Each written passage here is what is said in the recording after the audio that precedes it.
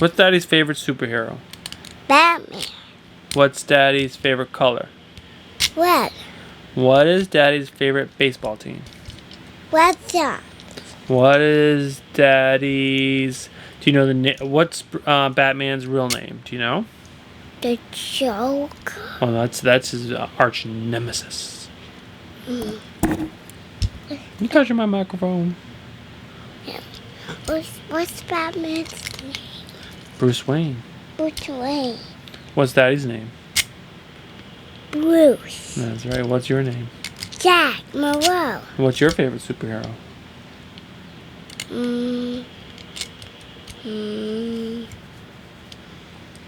Which one?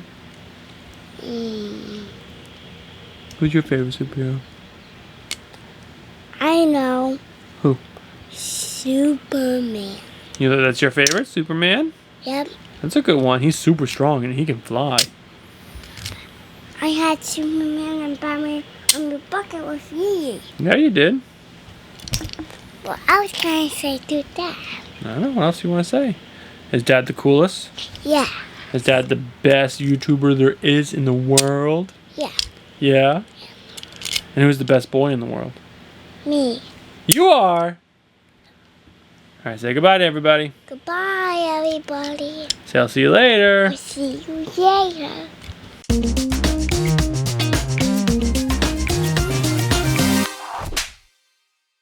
What's up, comic book fans? My name is Bruce Moreau, and welcome back to the channel, and welcome back to another episode of Comic Book Reviews, a weekly series where I review the books that I picked up at my local comic book shop. And this week was a big week. We had 10 books in total. We had 3 DC, 3 Indie, and 4 Marvel. I'm going to try to do this review pretty quick because it is hot as...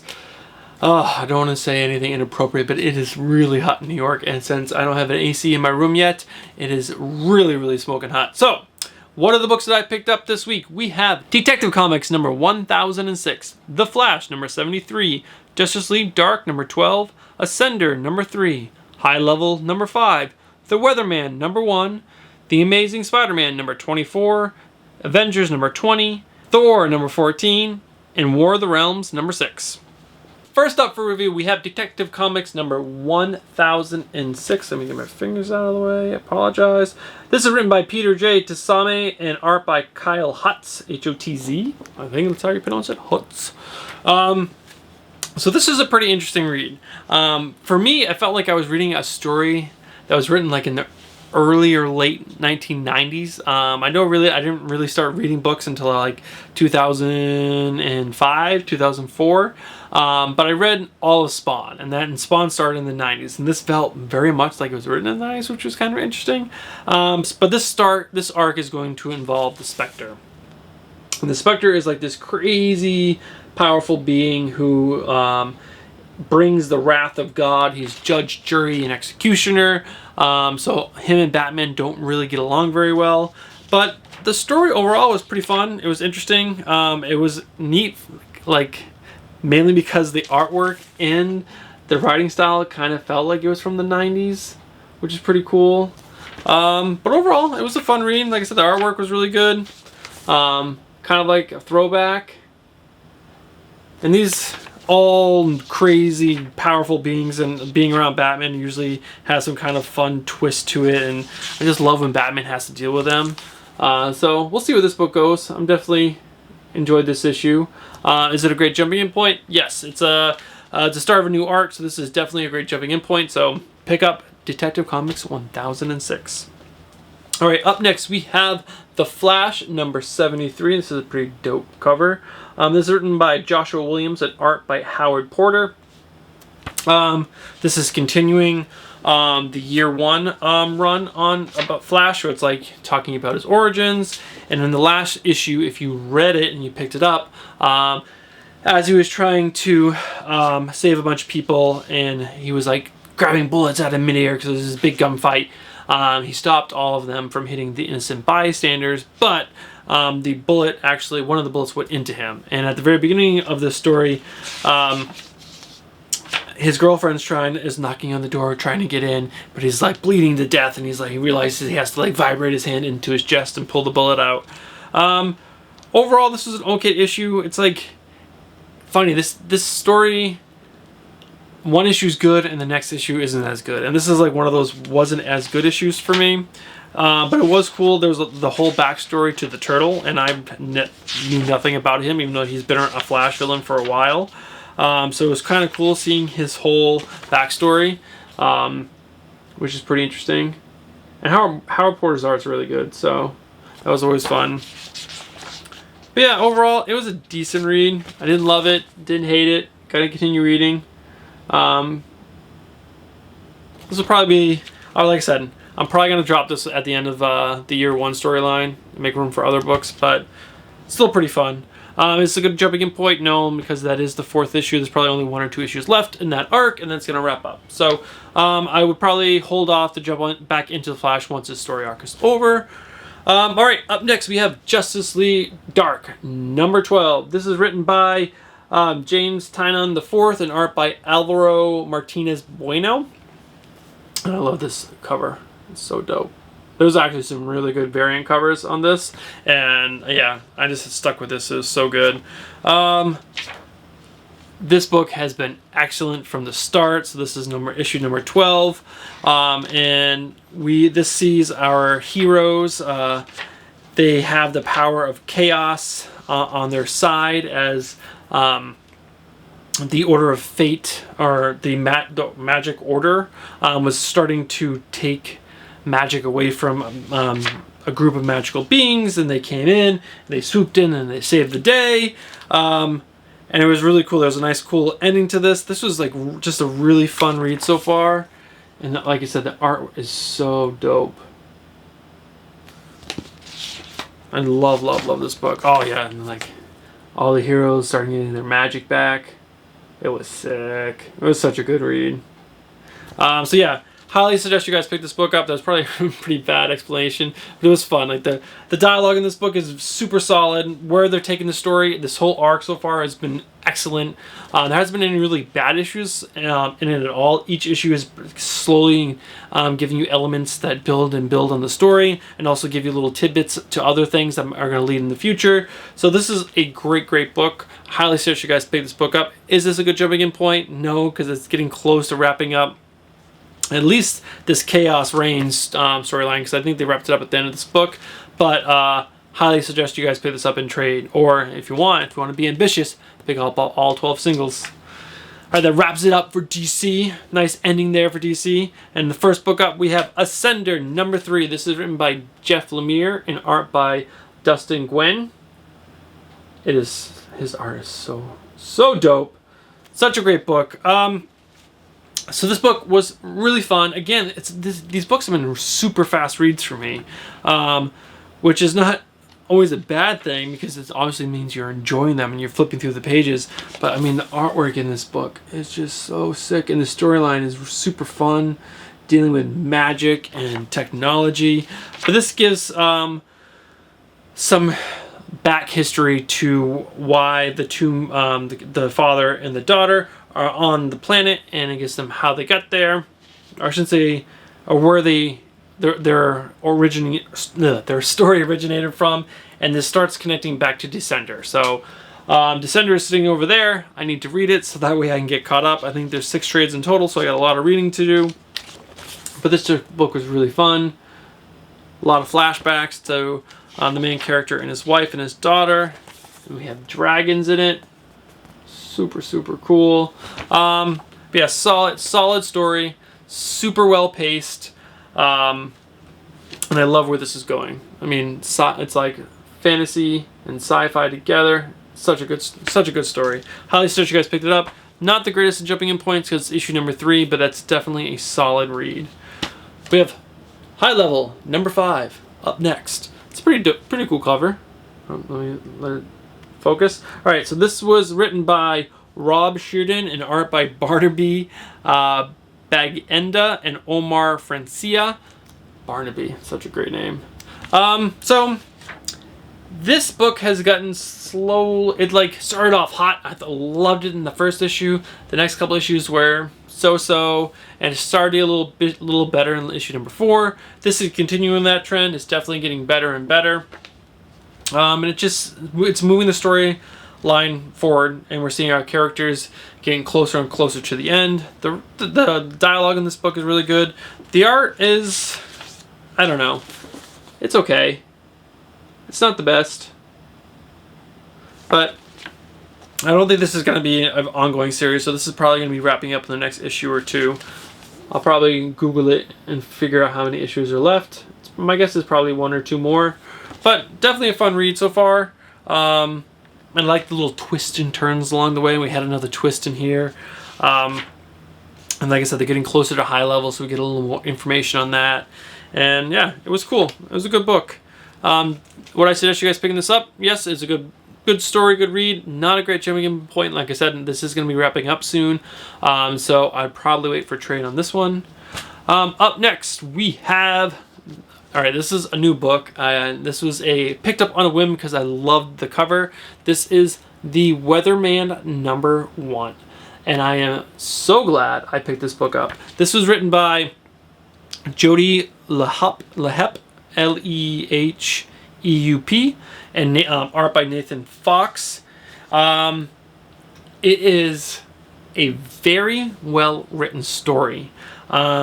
All the characters that are they introduce a lot of characters, but they do it well. Like sometimes they try to force a lot of characters into, 24-page book, and it's like it feels rushed. You don't get enough information in all the characters. But in this, they set the story, like the world. So this is set in like 2,700 and something in the future, and something happens to Earth, something bad. And we meet the characters that are trying to do good. We meet some characters that are trying to do bad. It is just, and then the cast of the main characters are so fun. We also meet the people that are still living on Earth. It is a very well told story. Told story, and the dialogue is excellent, and the art is really well done. Really enjoy the art. And it's a kooky story. I love this guy with the middle arm. It's another Cable-esque character. But yeah, it was a really fun read. I would highly suggest you guys pick this up because it was fun. And like I said, it had lots of elements to it. So it wasn't like something that's like very straightforward. It's like there's definitely a lot of pieces going on. I mean, just check out that cover. Ooh, my face is focusing. There we go. It was really, really fun. The artwork is gorgeous. So what am I gonna say? I would say definitely pick this up. This is a #1. Get down to your shop and support this book because this was awesome. I'm super excited to pick up that book. Super like sci-fi book that's set in the future. Always fun.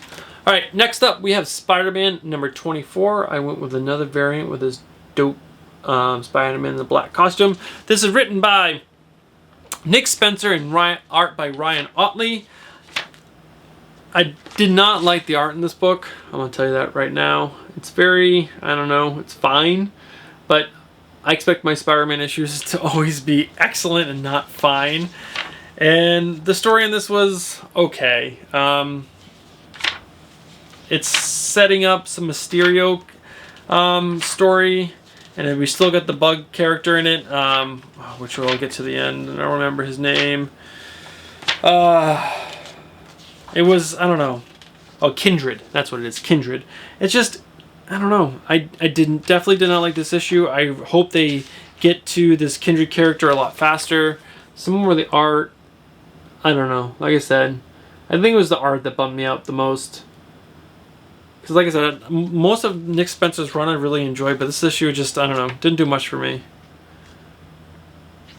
Alright, let's not stay on that issue any longer. Would I suggest you guys picking this up? It is the start of a new arc, so if you are going to get into Spider-Man, this is probably a good point to jump in, because this is going to be the whole Kindred storyline, but this is not a great issue.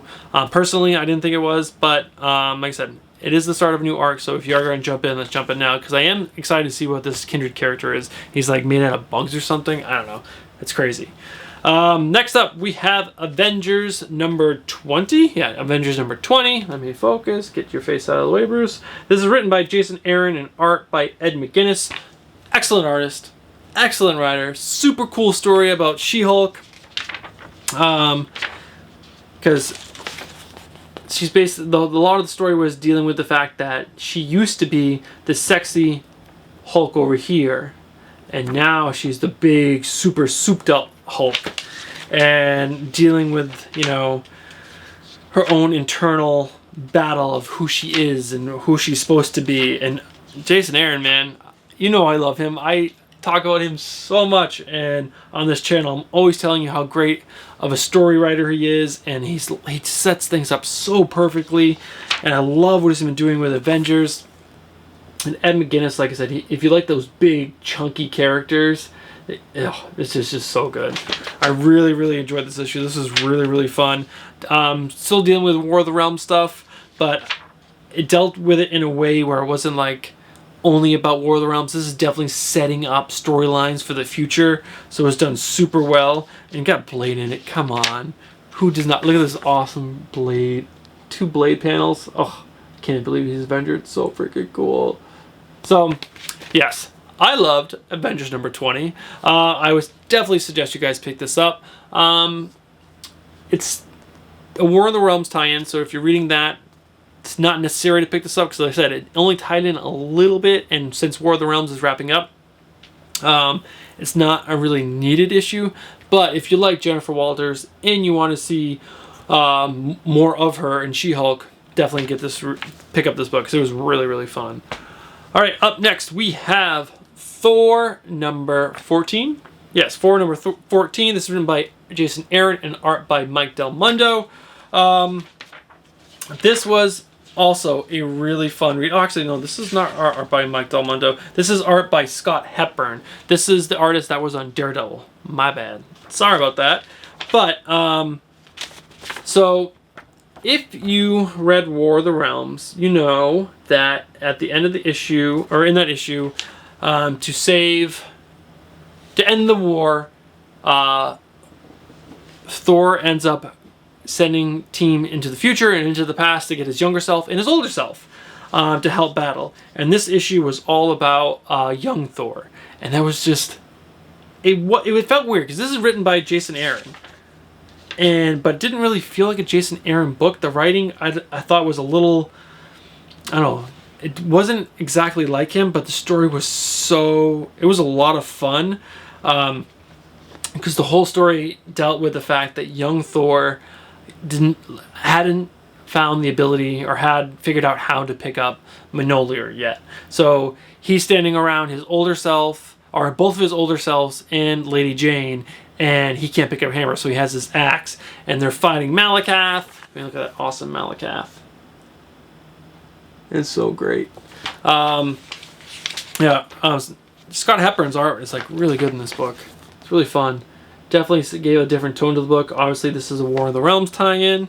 And yeah, it was really fun. And I don't want to spoil the end of it, but it was really fun because obviously, I shouldn't say obviously, but in this story, younger Thor thinks he's so strong he doesn't need a hammer. He's got his axe, and obviously things don't go as well, and he's getting beat down, and he feels like he can't help his friends, and then something happens, and he gets the courage, and then some more stuff happens.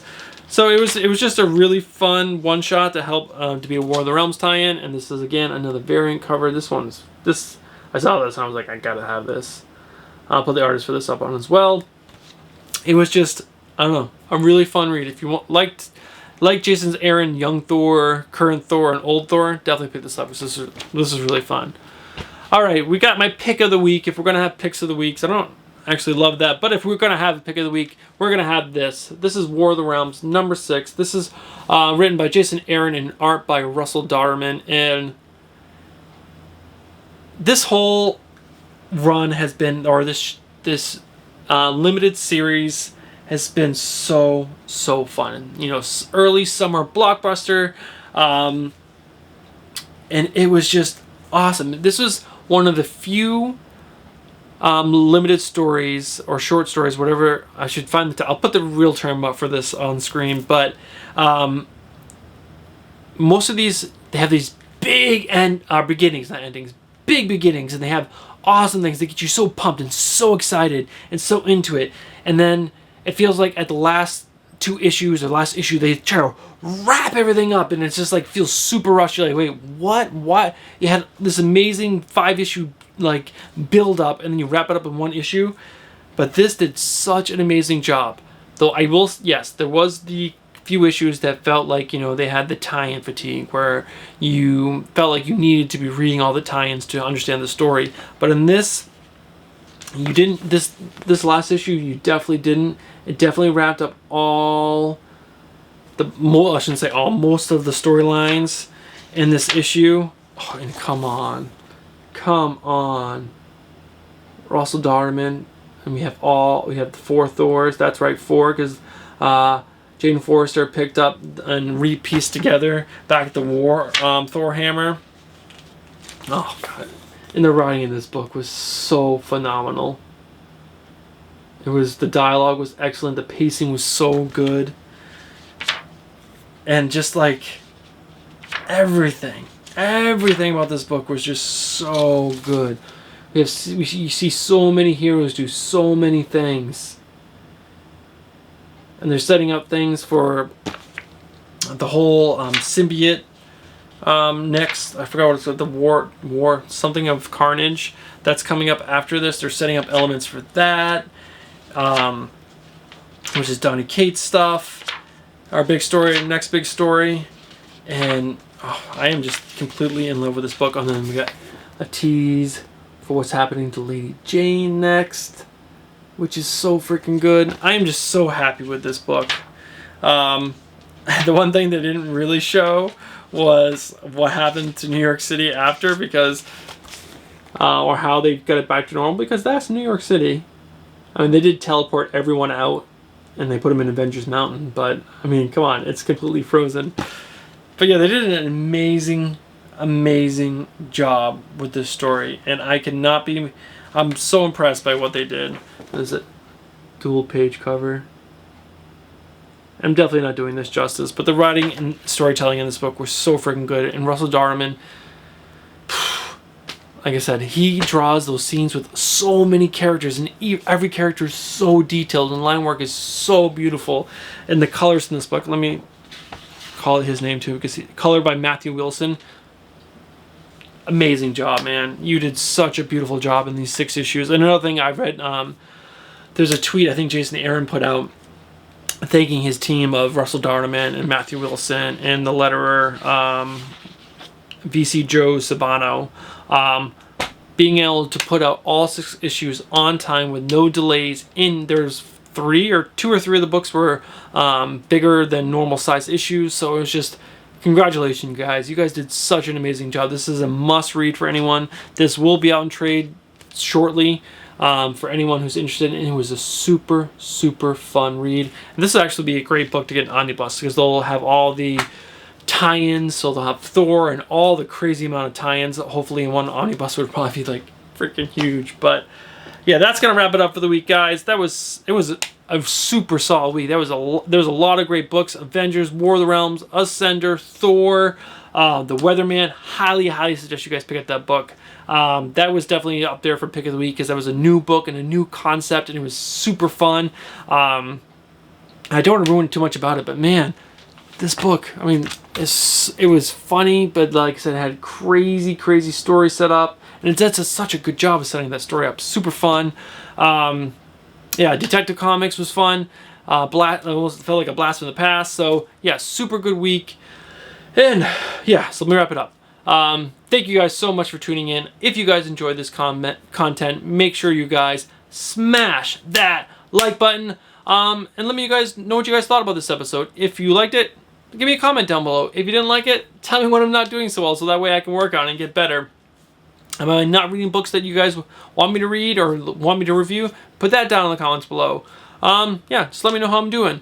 And as always, thank you guys so much. If you're not subscribed, do me a favor and get subscribed. And I will see you guys next week. Peace.